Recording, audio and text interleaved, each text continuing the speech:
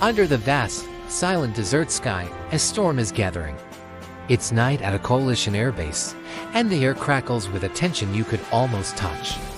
Floodlights cut through the darkness, illuminating the sleek, powerful forms of fighter jets. Ground crews move with practiced urgency, a silent ballet of preparation.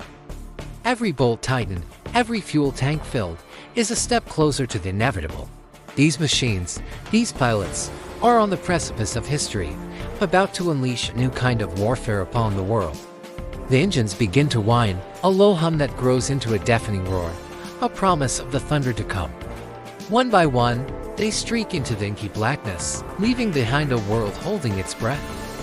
The initial strike is a ghostly ballet of technology and destruction. Through the eerie green glow of night vision, we witness the unseen hand of air power.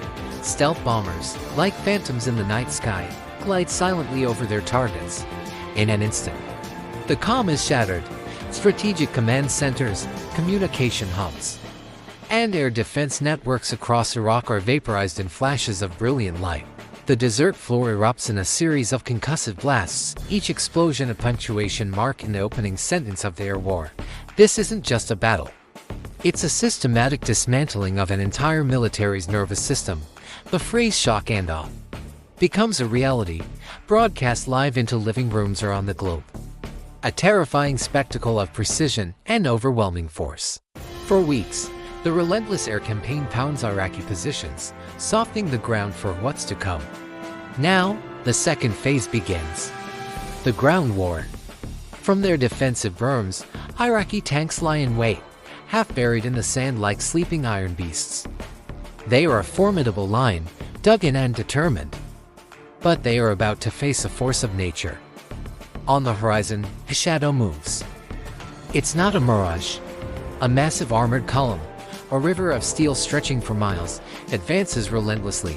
Tanks, armored personnel carriers, and self-propelled artillery churn through the desert. A testament to industrial might. Suddenly, the sky turns a hazy, suffocating orange, a sandstorm. A true desert tempest engulfs the battlefield. Vision is reduced to mere feet. It becomes a chaotic, primal struggle. GPS and thermal sights become the eyes of the coalition forces, allowing them to navigate and fight in conditions that would have blinded armies of the past. Through the swirling chaos, the silhouettes of tanks engage in a deadly dance. Flashes of muzzle fire momentarily piercing the thick, sandy veil. It's a vision of modern warfare at its most raw and disorienting. The war is swift, the victory decisive. But the end is not clean. As Iraqi forces retreat from Kuwait, they enact a final, desperate act of destruction. A scorched earth policy of unimaginable scale. The sky, once blue, is now choked with a thick, greasy black smoke. Hundreds of oil wells have been set ablaze, turning the desert into a hellscape. Geysers of fire roar from the earth, spewing black plumes that blot out the sun, casting the landscape in a perpetual, toxic twilight. The air is thick with the smell of burning oil and chemicals. It's an environmental catastrophe, a wound inflicted upon the planet itself. Firefighters from around the world will later converge here to battle this man-made inferno, a war after the war.